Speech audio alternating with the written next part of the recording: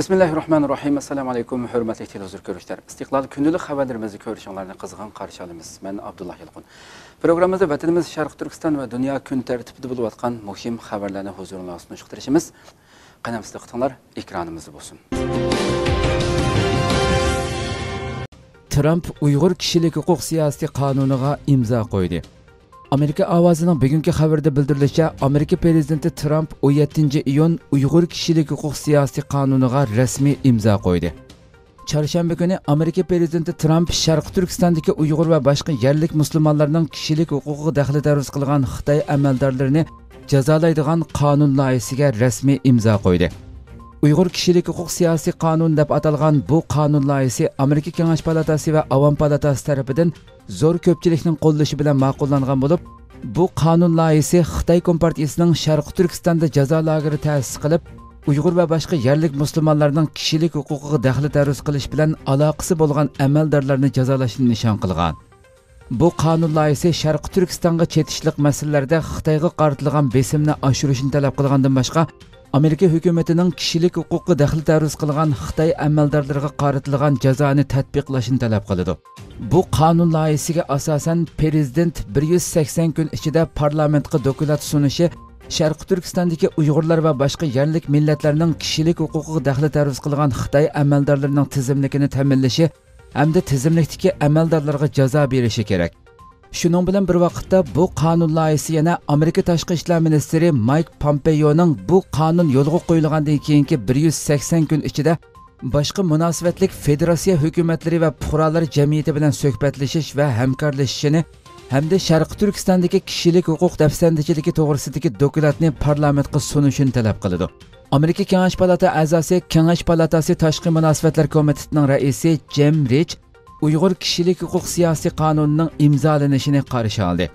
Shunda qilib Uyg'ur kishilik huquq siyosiy qonun loyihasining imzolanishi bilan bu qonun Amerikaning rasmiy qonuniga aylandi. Kuzatuvchilar Uyg'ur kishilik huquq siyosiy qonunining Xitoyning kishilik huquqni ig'ir dafsanda qilishiga qarshi turishdagi muhim bir qadam ekanligini, Amerika hukumatining Uyg'urlarni nishonliq bostirish, qirg'in qilishda aloqasi bor Xitoy amaldorlari hamda Xitoyning chekidan oshgan siyosatiga yordam bergan shirkatlarni qattiq jazolashini umid qilganligini bildirishmoqda. Xitoyning qo'rchoq organlari Uyg'ur kishilik huquq siyosiy qonuniga qarshi norozilik bildirdi. Amerika ovozining bugungi xabarda bildirilishicha, Xitoy kommunistlari va uning qo'rchoq organlari Uyg'ur kishilik huquq siyosiy qonunining Trump tarafidan rasmiy imzolanib yo'lga qo'yilishiga qarshi norozilik bildirgan. Xitoy tashqi ishlar ministrligi Uyg'ur kishilik huquq siyosiy qonunining tasdiqlanishiga qarshi bildirlab, Amerika bu qonun loyihasini yo'lga qo'yib, Xitoyning ichki ishlariga aralashdi. Xitoy va uning xalqi buningga qat'iy qarshi turadiganligini bildirdi.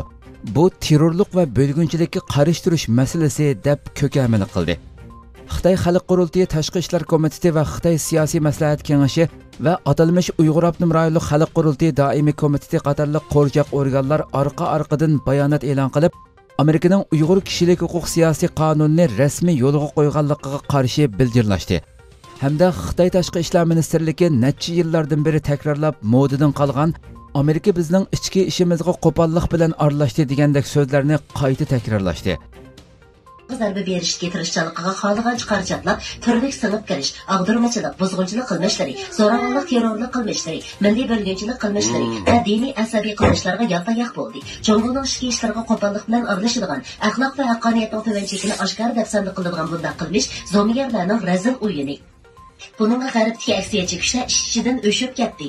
Ular har xil niqoblarni ishlatib, oldi bilan ideologiya vositasi bilan boshqa davlatlarni qalaymiqon qilsa, orqadan turli ranglik inqilob qo'zg'ab va texnik ilgarilagan holda boshqa vositalarni qo'llanib, hokimiyatni ag'dirib, har amal bilan boshqa davlat xalqini qon yosh yig'latish, sarson sargardon qilishdek askarliklarni qildi. Hozir yana millat dinni dastlab qilib, qo'lini Jongoga so'zib, millat din masalalaridan foydalanib, Jongoni qalaymiqonlashtirmoqchi, parchalamoqchi, eng oxirida butkul davlatni ofatga duchor qilib, Jongo millatining ulug' gullanishini ishga oshirish tarixiy musobaqasiga to'sqinlik qilmoqchi bo'lyapti. Amerika kishilik huquqini dastlab qilib, Jongoning Xinjiangni idora qilish tadbiriga qayta qara chapladi. Amerika Jongo hukumatining Xinjiangni idora qilish siyosatiga qarata oq qorni ostin ustan qilib, qalaymiqon bildirildi. Men Şinjan'daki İslam dini sahasındaki zatlar ve kən musulmonlarga vakolatan Jongoning taraqqiyotini to'sib, Şinjanning muqimligiga buzg'unchilik qilish, Şinjan kasbiy ma'rif ta'lim-tarbiya markaziga qarshi chaplash uringan g'arb dushman kuchlarini fitna ig'vo tarqitib, qarshi chaplamaslikka ogohlantiraman. Trump John Boltonning Uyg'urlar va boshqa masalalar to'g'risidagi ayblashlarini rad qildi. Amerika prezidenti Donald Trump sobiq davlat xavfsizlik ishlari maslahatchisi John Boltonning Trumpning 2020-yildagi saylovlarda Xitoyning yordamiga erishishning yo'lini izlayotganligi va Beijingning siyosatlarini qo'llaydiganligi to'g'risidagi da'volarini rad qildi. Trump Boltonning mushu oyning oxirida e'lon qilinishi planlanayotgan u ishlar yuz bergan uy Oqsaroy aslimasi nomli kitobining taratqularga oshkorlanib ketgan bo'limlarida o'zining Trumpning Xitoy va boshqa davlatlarga munosabatli siyosatlar to'g'risida har xil ayblashlarini ilgari surganligi o'tirg'a chiqqandan keyin bayonot e'lon qildi. Fox kanalidan Sian Hannity'ning programmasiga telefon qilgan Trump Boltonning da'volariga javoban bugungacha hech bir Amerika prezidenti Xitoy va Rossiyaga manchilik qattiq muomala qilib boqmadi dedi. Trump davlat xavfsizlik ishlari maslahatchiligiga tayinlash orqali Boltonga bir fursat yaratib berganligini eskartib, Bolton bu kitobni yozish orqali qonunga qarshi chiqdi. Bular intayin maxfiy uchurlar edi va u bularni oshkorladi dedi. Boltonning kitobida ilgari surilgan qarashlar to'g'risida Wall Street jurnalining savollariga javob bergan Trump Xitoyga qarshi tashqi siyosatini oqlab, Uyg'urlar masalasida Xitoyni qo'llaydiganligi haqidagi da'volarni rad qildi. U Boltonning Trumpning Sharq Turkistondagi yig'ilish lagerlari masalasida Xitoy davlat raisi Shi Jinpingni qo'llaydiganligi haqidagi da'vosiga bu to'g'ri emas deb qarshi chiqdi va bu masalada Xitoyga embargo yurgizilishi uchun bir qonunni tasdiqlaganligini xotirlatib o'tdi. U Bolton bir yolg'onchi. Oqsaroydagi hammaylar uningdan nafratlandi. Xususan, men uni sarang deb o'yladim deganlarni so'zlariga ilova qildi. Bosh minister Modi Hindistonning maydonini oshkorladi. Hindiston vaqtgesining bugungi xabarida bildirilishicha, Hindiston bosh ministeri Modi chegara masalasida keskin maydonini izhor qilib, Hindistonning egilik huquqini qo'g'dash uchun tadbir qo'llanganligidan Hindiston xalqini xotirjam qilib qolmay, yana Xitoyga keskin maydonini bildirdi. Bosh minister Narendra Modi bugun yangi Dehlida ochilgan 15 davlat va birlashma rayonning bosh ministerlari bilan Xitoy virusining navbatdagi vaziyati haqida fikr almashtirish sin yig'inida so'z qilib, Hindiston tinchlikni xohlaydi, ammo agar boshqalar qudratqo'liq qilsa, muvofiq javob bera oladi dedi. Bosh minister Modining keskin talaffuz bilan qilgan so'zi Modi hukumatining Hindistonning egilik huquqini qo'g'dash uchun tadbir qo'llanganligidan xotirjam qilib qolmay, o'xshash vaqtda Xitoyga keskin maydonini bildirgan. Bosh minister Modi bugun tushungan Hindiston izchil davlatlar aro tinchlikni ilgari surdi degan. U so'z yana Galvan vodisidagi chegara to'qinishini tilga olib, to'qinish Hindiston tarafdan 20 askarning joniga zamin bo'lganligini, agar birlari Hindistonning egilik huquqini nishonlasa, hech kimning Hindistonning o'ch elishiga to'sqinlik qila olmaydiganligini, hukumatning to'qinishga tutgan pozitsiyasi bulardan iborat ekanligini bildirdi. Xabarlarda Hindiston chegara to'qinishida Xitoyni ayblab, agar Xitoy askarlari kelishimni ehtiyotkorlik bilan ijro qilib, Galvan rayonining hozirgi holatini bir taraflama o'zgartmoqchi bo'lmagan bo'lsa, to'qinishdan saqlanig'ili bo'lganligini bildirgan. Bosh minister Modi so'zida yana men millatimizga qurbonlarimizning hargizmi bekorga ketmaydiganligini bildirishni xohlayman. Biz uchun aytganda Hindistonning ittifoqligi va egilik huquqi eng muhim. Hech kim uni qo'g'dashdan to'sib qola olmaydi. Bu nuqtada hech kimda gumon bo'lmasligi kerak. Hindiston tinchlikni xohlaydi, ammo har qanday ahvolda muvofiq javob bera oladi degan. Xitoy 43 askarining o'lganligini axborotdan yushirgan. Hindiston vaqtgesi xabarda bildirilishicha, polkovnik Santosh Babu chegara to'qinishida Xitoy armiyasidan 43 askarning o'ldirilganligini oshkorlagan. Xabarda polkovnik Santosh Babu va uning odamlari Hindiston askarlariga hujum qilgan Xitoy askarlarining soni ko'p ekanligini, ammo ular yanada raqibiga zarba berganligini, to'qinish jarayonida Xitoy armiyasining qo'mondoni qatorliq 43 Xitoy askarining o'lganligini oshkorlagan. Ammo Xitoy armiya taraf o'ldirilgan askarlarning sonini axborotdan maxfiy tutgan. Davlat mudofaa ministri Rajnath Singh mo ichki ishlar ministri Amit Shah bilan birga bosh ministerlar yig'iniga qatnashgan bo'lib, shu kuni atiganda Hindiston askarlarining o'limini qattiq parokandachilik va azoblik deb tasvirlagan. u so'zida yana Ladakning Galvandagi vatanimizni qo'g'dash yo'lida qazo qilgan botur askarlarimizdan ayrilishning azobini so'z bilan ifoda qilg'ili bo'lmaydi. Millat Hindiston zaminining bexatar bo'lishi uchun jonni fido qilgan o'lmas qahramonlarimizga salom beradi. Ularning boturligi Hindistonning o'zining zaminni qo'g'dash uchun bergan va'dasini aks ettirdi degan. Amerika tamojnisi Uyg'urlarni majburiy emgakka selishga chetishliq choch mahsulotlarini musodara qilish buyrug'i chiqardi. Xitoy rejimining Sharqi Turkistonda atalmish namratlikni tugutish nomida Uyg'ur dehqonlarini va lager mahbuslarini majburiy emgakka selayotganligi ko'plab ma'lum bo'lganda ekan, Amerika hukumatı va har qaysi sohaning kaskin tanqidiga duch kelgan edi.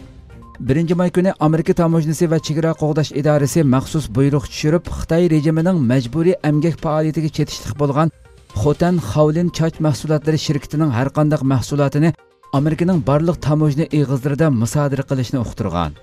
Mazkur idoraning buyrug'ida Xavlin shirkatining mahsulotlari majburiy emgakka chetishlik bo'lg'achqa shunda qaror elindi deyilgan.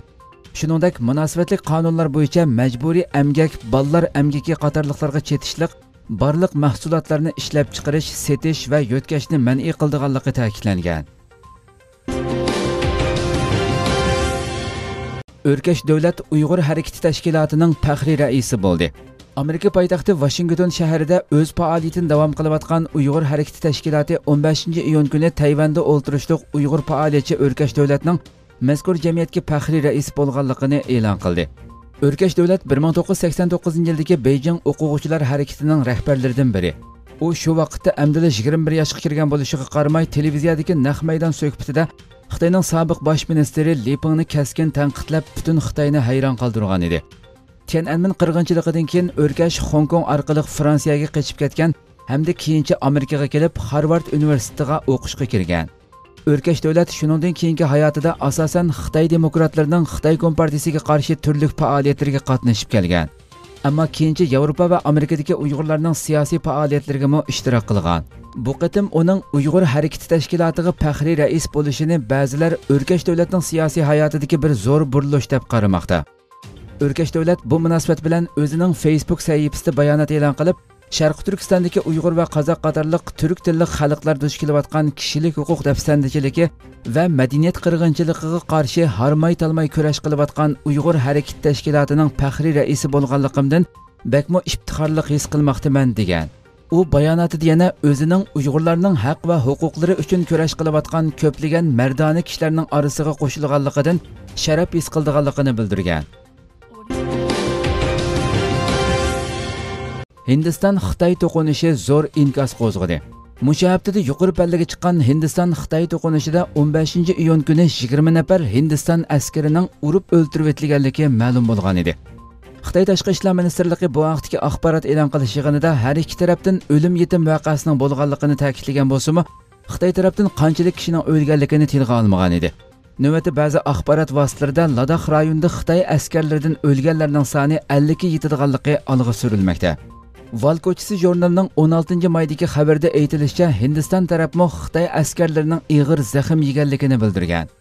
Hindiston bosh ministri Modi televiziya nutqi so'zlab, Hindiston tinchlikni suydi, ammo ig'vogarchilikka uchraydigan tegishlik javob qaytardi. Biz Ladakhda qurbon bo'lganlarni yod etamiz va ularning qani yerda qolmaydi degan. Xabarda aytilishicha, Amerika bilan Hindiston o'rtasidagi do'stlikning yaqinqi bir necha yil ichida zo'r darajada kuchayishi, shuningdek Hindiston tarafining Oqsay Chin rayoniga yaqin bo'lgan bu rayonda yo'l yasishi Xitoyni qattiq beorom qilgan. Navbatda Hindistonning har qaysi joylarida borliqqa kelgan Xitoyga qarshi zo'r ko'lamlik namoyishlarda Xi Jinpingning cho'ngaytirilgan surati va Xitoy bayrog'i ko'ydirilmoqda. Ba'zi axborot vositalari hozir Amerika uchun Hindistonning Xitoyga qarshi harakatini oshkora qo'llash payti yetib keldi degan mazmunda maqolalar e'lon qilindi. NATO Rossiya to'g'risida bayonot e'lon qildi. Shimoliy Atlantik Akti tashkiloti NATO bosh kotibi Jens Stoltenberg muxbirlarni kutib olish yig'ini o'tkazdi. U Belgiyaning poytaxti Bryusselda chaqirilgan NATOga a'zo davlatlarning mudofaa ministrlari yig'inining birinchi kuni oxirlashgandan keyin muxbirlarni kutib olish yig'ini o'tkazdi. U so'zida mudofaa ministrlarining butun diqqatini mudofaaga markazlashtirganligini bildirgan Stoltenberg, davlat va davlat sirtidagi aktyorlarning muqimsizlashtirish, ittifoqdoshlarga ziyon yetkazish va parchalash tirishchanliklarining davomlashayotganligini ta'kidladi. U NATOning a'zolarini har turli tahdiddan mudofaa qilishga tayyor ekanligini eskartdi. Rossiyaning kunsiri kuchayotgan yadro bombasi iqtidoriga ishorat qilgan Stoltenberg, buning o'xshash vaqtda Moskvaning yadro ritoriki bilan birlashib xatarlik va muqimsizlashtiruvchi rol o'ynayotganligini bildirdi va so'zini davomlashtirib, NATO mudofaa ministrlari Rossiyaning urunishlariga qarshi siyosiy va harbiy kuchlarni o'z ichiga olgan mo'tadil bir plan ustida kelishdi. Bu doirada havo va boshqariladigan bomba mudofaamizni, an'anaviy iqtidorimizni yuqori ko'tarishni, istixborot va manevrlarimizni o'rinlashtirishni qaror qildik deganlarni qayd qildi.